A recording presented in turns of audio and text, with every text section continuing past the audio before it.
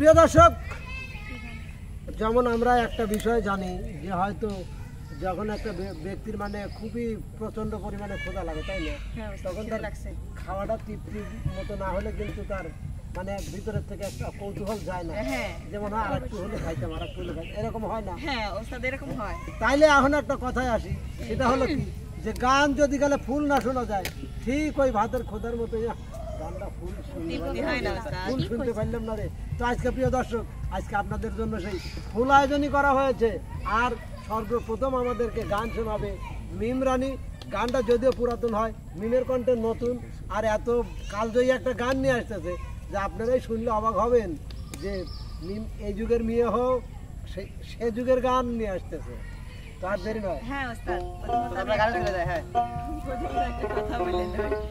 আমার গানে যদি ভুল ত্রুটি হয়ে থাকে অবশ্যই ক্ষমা সুন্দর দৃষ্টিতে দেখবেন। তাহলে শুরু করি আমি। হ্যাঁ, পিঞ্জর খুলে দিয়েছি